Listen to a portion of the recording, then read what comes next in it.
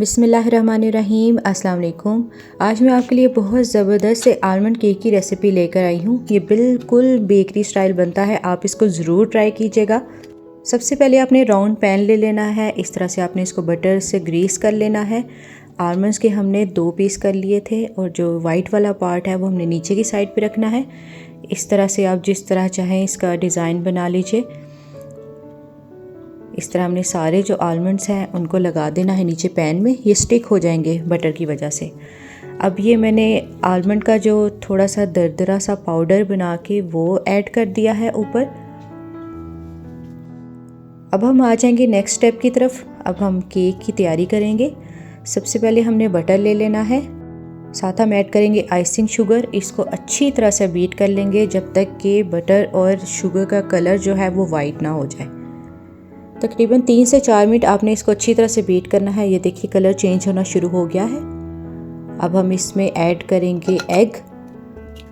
पहले हम 1 egg add करेंगे, साथ हम इसमें ऐड करेंगे 1 टेबलस्पून मैदा, ताकि हमारा जो मिक्सचर है वो कर्डल ना हो। अच्छी तरह से अब हमने एग को बीट कर लेना है।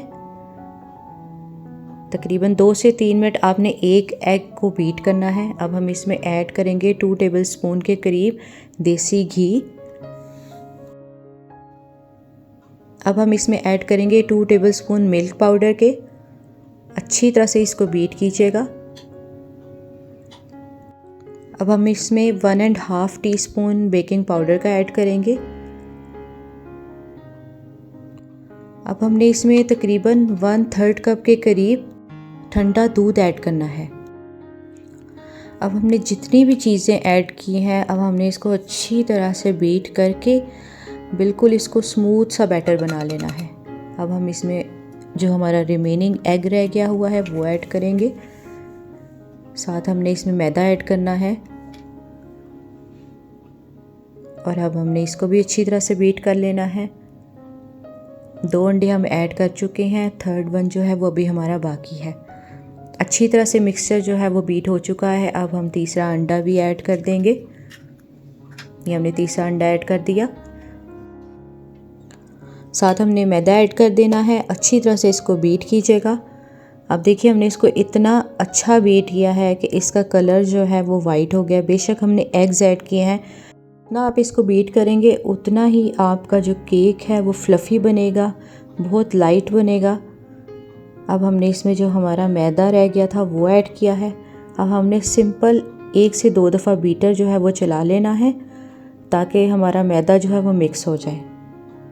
एसेंस मैंने ऐड किया है, वो आप अपनी मर्ज़ी से ऐड कर सकते हैं। आपको वनीला पसंद है, मैंने इसमें कोकोनट एसेंस ऐड किया है। मैं थोड़ा सा कोकोनट का फ्लेवर देना चाहती हूँ। 2 टेबलस्पून हम इसमें डेसिकेटेड कोकोनट ऐड करेंगे और तकरीबन 2 टेबलस्पून के करीब ही मैंने रफली चॉप किए थे आलमंड्स, वो ऐड कर दिए। अच्छी तरह से इस मिक्सचर को फोल्ड कीजिएगा। देखिएगा बिल्कुल स्मूथ बैटर है। अवन को आपने प्री हीट कर लेना है 180 डिग्री सेंटीग्रेड पे। ऊपर नीचे दोनों की ग्रिल ऑन कीजिएगा। हमने जो टिन प्रिपेयर करके रखा था, हमने सारा मिक्सचर केक वाला जो है वो इसमें पोर कर देना है। अच्छी तरह से इसको टैप टैप कीजिएगा और आप इसको बेक कीजिएगा तकरीबन 35 से 40 मिनट्स।